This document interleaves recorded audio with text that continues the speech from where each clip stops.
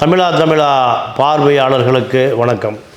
கடந்த 2 நாட்களாக நாம் தமிழர் சீமான் ஒரு பெரிய சர்ச்சையை ஏற்படுத்தி கொண்டிருக்கிறார்.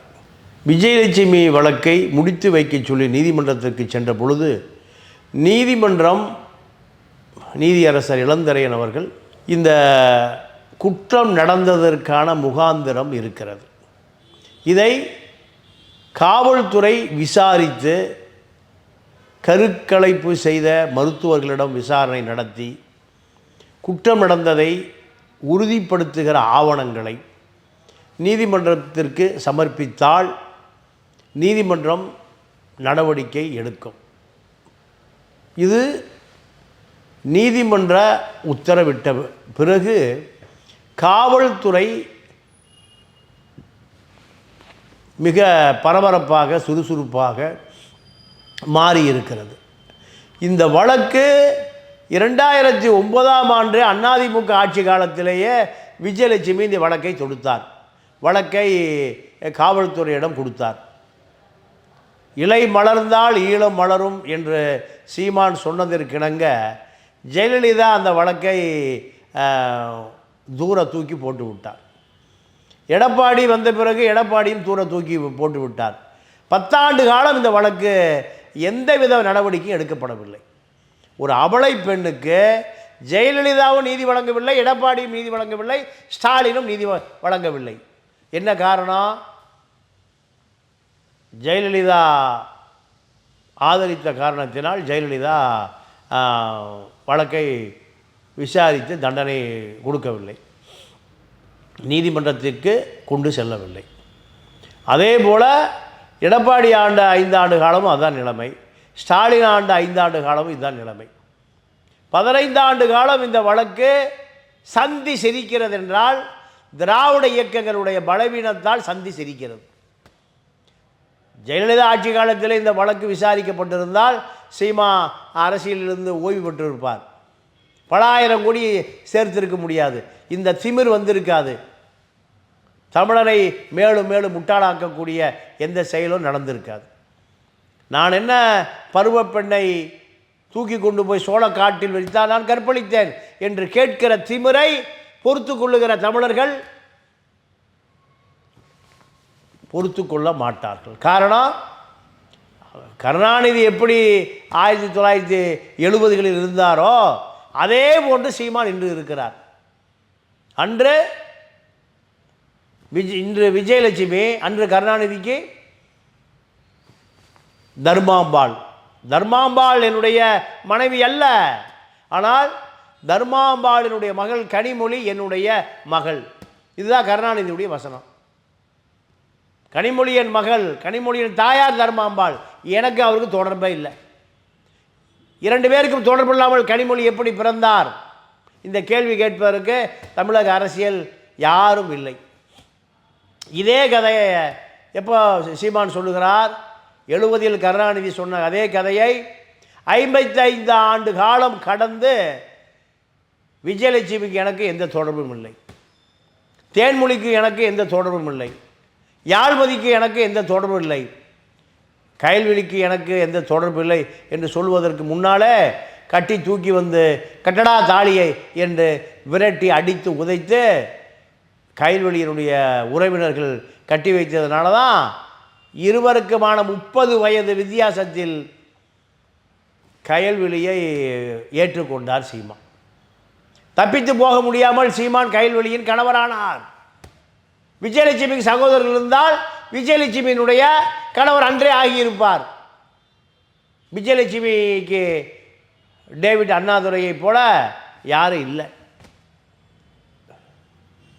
விஜயலட்சுமிக்கு ஒரு சாதி பின்னாடி இல்லை. இதுதான் விஜயலட்சுமிக்கு உடைய நிலைமை. கயல்வெளிக்கு இருந்த காரணத்தினால ஏறக்குறைய சீமான் கயல்வெளியின் கணவராக பொறுப்பேற்று கொண்டார். இந்த அசிங்கங்கள் தான் தமிழ் தேசிய அரசியல். காரணம், கருணாநிதி என்ற அந்த அசிங்கத்தை விரட்ட சீமான் என்ற அசிங்கம் தேவைப்பட்டது. 30-40 ஆண்டு காலமாக கருணாநிதி என்ற அசிங்கத்தை விரட்டுவதற்கு ஜெயலலிதா என்ற அசிங்கம்தான் 30 ஆண்டு காலம் அரசியல் நடத்தியது. சோபன் பாபு, ஜெய்சங்கர், எம்ஜிஆர், இப்படி பல பட்டியல்கள் உண்டு. இதுதான் திராவிட இயக்க அரசியல். இந்த அசிங்க திராவிட இயக்க அரசியலில் சீமானை அவர் அசிங்கமாக பார்க்க தவறியதனுடைய விளைவு 40 லட்சம் பேர் பின்தொடர்கிறார்கள். அசிங்கங்களே அரசியல், அரசியலே அசிங்கம். தமிழ்நாட்டில் மட்டும்தான் இந்த கூத்து. பினராயி விஜயன் ஒரு மனைவியோடு வாழ்கிறார். கேரளாவில் இருக்கக்கூடிய அத்தனை முதலமைச்சர்களும் ஒழுக்கத்தோடு வாழ்கிறார்கள், நேர்மையோடு வாழ்கிறார்கள், நியாயத்தோடு வாழ்கிறார்கள். இங்கே அசிங்கம்தான் திராவிட இயக்க அரசியல். அண்ணா சொன்ன அதை போல மாற்றார் தோற்றத்து மல்லிகையும் வணக்கம், அடுத்தவர் மனைவிதான் இனிக்கும். இதுதான் அண்ணாவுடைய வசனம். அவள் படிதாண்டா பத்தினியும் அல்ல, நான் முற்றும் துறந்த முனிவனும் அல்ல. அவர் சொன்னது, பானுமதியை பார்த்து அவர் சொன்னது. இதுதான் இங்கே அரசியல். 2 மனைவி, 3 மனைவி, 4 மனைவி, தினம் தினம் ஒரு மனைவி, அடுத்தவன் மனைவி. இந்த திராவிட இயக்கத்தை வளர்த்துவதற்கு இந்த பெண்கள் பட்டு இருக்கிற பாடு பெரிய பாடு. அத்தனையும் ஜக்கி சொல்வதை போல அத்தனைக்கும் ஆசைப்படு. இதுதான் திராவிட இயக்க அரசியல். இதைத்தான் சீமான் இன்று செய்து கொண்டு இருக்கிறார். அந்த அசிங்கங்களை காப்பாற்றுவதற்கு இந்த அசிங்கம் தமிழர்களுக்கு தேவைப்படுகிறது. சீமானுடைய மனைவி கயல்விழி காவல்துறையால் ஒட்டிவிட்டு போன அந்த சமனை கிழித்து எரிய சொல்லி உத்தரவிடுகிறார். சமன் ஒட்டுவது வலசரவாக்கம் காவல் நிலைய அதிகாரி. சமனை கிழித்த பிறகு ஏன் ஏன் ஏன் கிழித்தாய் என்று நடவடிக்கை எடுப்பது நீலாங்கரை காவல்துறை. காவல்துறை, திமுக காவல்துறை, அதிமுக காவல்துறை என்று காவல்துறைகளே கட்சியாக மாறிப்போனது. இந்த வழக்கு அதிமுக கடந்து, எடப்பாடி கடந்து, திமுக கடந்து இன்று இந்த வழக்கை முடித்து வைக்க சொல்லி நீதிமன்றத்திற்கு போன பிறகு நீதிமன்றம் தலையிட்டு முகாந்தரம் இருக்கிறது விசாரிக்க என்று சொல்லுகிறார்கள். நேற்று நடந்த விசாரணையில் நான் அவளை 6 முறை கருக்கலைப்பு செய்து உண்மைதான் என்று அவரே ஒத்துக்கொள்கிறார். இப்படி ஒத்துக்கொண்ட இந்த வழக்கு டெல்லிக்கு போகிறது குருமூர்த்தியை நம்பி. குருமூர்த்தி நான் பார்த்து கொள்ளுகிறேன், டெல்லியில் எனக்கு செல்வாக்கு இருக்கிறது, மூத்த வழக்கறிஞர் இருக்கிறார்கள், ஆர்எஸ்எஸ்ஸை சார்ந்தவர்கள் இருக்கிறார்கள், ஐயர்மார் இருக்கிறார்கள், அவர்களை வைத்து நான் பார்த்து கொள்கிறேன், நீ டெல்லிக்கு போ, இந்த கருணாநிதியை ஒழிப்பதற்கு, கருணாநிதி கும்பலை ஒழிப்பதற்கு நீ தான் நமக்கு சரியான ஆள். குருமூர்த்தி தயார் பண்ண ஆள் தான் இந்த சீமான். தமிழ் தேசியம் மயிலாப்பூரில் குடிகொண்டு இருக்கிறது. 15 ஆண்டு கால அரசியல் செய்து தமிழ் தேசியத்துக்காக ஒரு மாநாடு, ஊர்வலம், உண்ணாவிரதம், போராட்டம், நீதிமன்ற நடவடிக்கை எதுவுமே இல்லை. சரி, ஈழ போராட்டத்துக்கு எதுவுமே இல்லை. கோடிகளை குவித்து கொண்டு இருக்கிறார். 2000 கோடி ரூபா சொத்து சேர்க்கப்பட்டிருக்கு. பெரியாரை பேசுவதனால வட இந்திய மீடியாக்கள் எல்லாம் சீமானை புகழ்ந்து தள்ளுகிறது. தமிழர் கருணாநிதி தமிழருக்கு செய்த துரோகத்தை சீமான் தியாகியாக பார்க்கப்படுகிறார். வட இந்திய ஊடகங்கள் பூரா திமுக செய்தது தவறு, பழிவாங்குகிறது என்று வட இந்திய பார்ப்பன ஊடகங்கள் எல்லாம் பக்கம் பக்கமாக பத்தியாக எழுதி கொண்டு இருக்கிறது. தமிழ்நாட்டில் இந்த வழக்கு எப்படி போகிறது? நீர்த்து போக வைக்கப்படுகிறதா உச்ச நீதிமன்றத்தால்? இல்லை அந்த வழக்கு சீமான் தண்டனை பெறுவாரா? கண்டிப்பாக கட்டிய மனைவி அல்ல விஜயலட்சுமி. திருமணம் செய்து கொள்கிறேன் என்று ஏமாற்றி அவரை பல முறை சிதைத்திருக்கிறார், சின்னாபின்னப்படுத்தியிருக்கிறார்.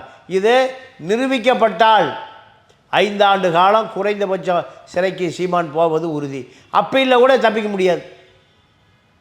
ஆனால் இந்த கட்சியினுடைய தலைவராக கயல்விழி மாறுகிறார், செயலாளராக பாக்யராசன் மாறப்போகிறார். இனி இந்த கட்சி நடக்குமா? கண்டிப்பாக நடக்கும். ஏமாறுகிறவர்கள் இருக்கிறார்கள். இசாவில் பணம் போடுகிற, ஆருத்ரா கோல்டு ஃபைனான்ஸில் பணம் போடுகிற 1 லட்சம் பேர் இருக்கிற பொழுது 1 லட்சம் ரூபாய்க்கு 15,000 ரூபா வட்டி தருகிறார் என்றால் 5000 கோடியை கொட்டி கொடுக்குற மூடர்கள் முட்டாள்கள் தமிழ்நாட்டில் இருக்கிற பொழுது சீமானோ முதலமைச்சர் கனவு காண்பதற்கு ஆதாரம் இருக்கிறது, அரிச்சுவடி இருக்கிறது, அடித்தளம் இருக்கிறது. விஜய் ஒரு முதலமைச்சர், சீமான் ஒரு முதலமைச்சர், இரண்டு பேருக்கும் தான் எதிர்காலத்திலே போட்டி. இதில் யார் முதலமைச்சராக போகிறார், சீமானா விஜயா?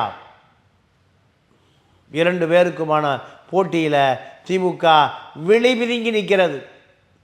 திமுக அடுத்த தேர்தல் வெற்றி பெறுவதற்கான சாத்தியக்கூறுகளே இல்லை.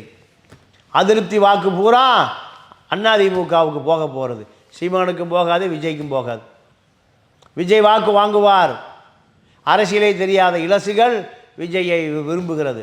அதிமுக திமுகவில் இளைஞர்களே இல்லை, இளைஞர்களை இருக்கக்கூடிய எந்த கொள்கையும் இல்லை, இளைஞர்களை இருக்கக்கூடிய எந்த ஒரு சிந்தனையும் இல்லை, எந்த கிரியா ஊக்கியும் இல்லை. இளைஞர்களும் இளைஞர்களும் திமுக அதிமுக அந்நியப்பட்டு நிற்கிறது. அடுத்து சீமான்கிட்ட இளைஞர்கள், விஜய்கிட்ட இளைஞர்கள். இந்த இளைஞர்களுடைய வாக்கு தமிழனுக்கு எதிரான வாக்காக தான் போகும். ஏன்? விஜய் டீம் கொள்கை இல்லை, சீமான் டீம் கொள்கை இல்லை. 2 வாக்கு ஒன்று சேர்ந்தால் திமுக அதிமுகவுடைய மொத்த வாக்காக மாறிவிடும். அப்படி மாறுகிற பொழுது கூட்டணி பகிர்வா அல்லது அதிமுக பெரும்பான்மையாக வெற்றி பெறுமா? இதெல்லாம் தேர்தல் முடிந்த பிறகு சீமான் வாங்குகிற வாக்கு, விஜய் வாங்குகிற வாக்கை வைத்து தான் முடிவு செய்ய முடியும். ஆனால் சீமான் எத்தனை பெண்களை கற்பழித்தாலும் சரி, கருக்கலைத்தாலும் சரி, சீமானுக்காக போராடுகிற ஒரு கூட்டம் கண்டிப்பாக இருக்கு. ஏன்னா திராவிட இயக்கங்கள் இதெல்லாம் செஞ்சு முடிச்சிட்டான். கிளைவ் ஹாஸ்டல், அன்பில் தர்மலிங்கத்தினுடைய சின்ன வீடு மாணவர்கள் கேலி செய்ததால் அந்த கிளைவ் ஹாஸ்டல் அடித்து நொறுக்கப்பட்டது. இதே சீமாங்கிறது தான். அன்றைய சீமா கருணாநிதி, இன்றைய சீமா சைமன். ஆக திராவிட இயக்கங்கள் நாட்டம் எடுக்கப்பட்ட அரசியலில் சீமான் அதைத்தான் தொடர்கிறார். எந்த கூச்சநாச்சம் இல்லை, எதை பற்றியும் கவலைப்படுவதில்லை. கருணாநிதியை பற்றி இந்த மக்கள் கவலைப்படலை, அண்ணாதுரையை பற்றி கவலைப்படலை. அதிமுக திமுக அமைச்சர்கள் இதே போல தான் பல பேர் பாலியல் புகார்கள், அதற்கெல்லாம் கவலைப்படலை. அதனால் சீமானுக்கும் கவலைப்படவில்லை. சீமான் திடீரென்று விஜயலட்சுமியை, யாழ்மதியை, தேன்மொழியை அவர் மனைவியாக்கி விடவில்லை, அவர்களோடு உடலுறவு கொள்ளவில்லை. ஆனால் இதெல்லாம் திமுகவில் சாதாரண விஷயம், சகஜமப்பா. அதனால தான் சீமானுடைய விஜயலட்சுமி மேட்டரில் தமிழக மக்களிடம் எந்த விதமான உணர்ச்சியோ எழுச்சியும் ஏற்படவில்லை. இதுதான் ஜெயலலிதாவுடைய அந்த புறத்தை தோண்டினால் சீமானை விட அசிங்கமாக இருக்கும், கருணாநிதியுடைய அந்த புறம் இதை விட அசிங்கமாக இருக்கும். இப்படி அந்த புறங்கள் பூராமல் அசிங்கமாக இருக்கும் பட்சத்தில் சீமானுடைய அந்த புறம் அசிங்கத்திலேயே வருகிறது அந்த புறம்.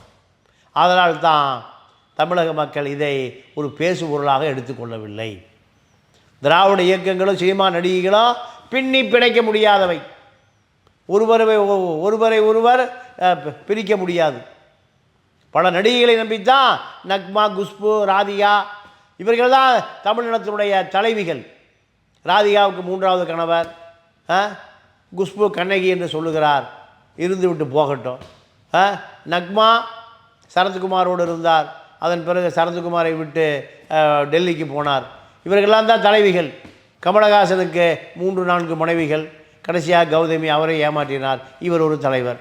இப்படி திரைப்பட களிசடைகளே தமிழ்நாட்டினுடைய தலைவீதியாக மாறிப்போனது. இதன் விளைவாக சரியான அரசியலை மீட்டெடுக்கக்கூடிய நபர்கள் இன்னும் கண்டுபிடிக்கப்படவில்லை. கருணாநிதி காலமாகி விட்டார் என்றால் கருணாநிதி வடிவிலை சீமான் உருவாகி இருக்கிறார். சீமான் போனால் இன்னொரு சைமன் வருவார், இன்னொரு சாட்டை வருவார், சாட்டை போனால் சேட்டை வருவார். ஆக அரசியலை காமராஜரை தான் தேடி கண்டுபிடிக்க வேண்டியிருக்கு. திரைப்படத்துறைக்குள் போனால் பாலியல் வன்கொடுமை, பாலியல் புகார், பாலியல் இதுதான் சினிமா. இது அப்படியே அரசியலாக மாற்றப்படுகிற பொழுது இந்த அசிங்கம் அத்தனையும் தலைவர்களாக பார்க்கப்படுகிறார்கள். இந்த இழிநிலையை மாற வேண்டும். சீமான் கண்டிப்பாக சிறைக்கு போகிறார். சீமானுடைய கட்சிக்கு கயல்விழி தலைவராகிறார், பொதுச் செயலாளராக பாக்கியராசன் ஆகிறார். இது விரைவில் நடக்கும். மீண்டும் சந்திப்போம். நன்றி, வணக்கம்.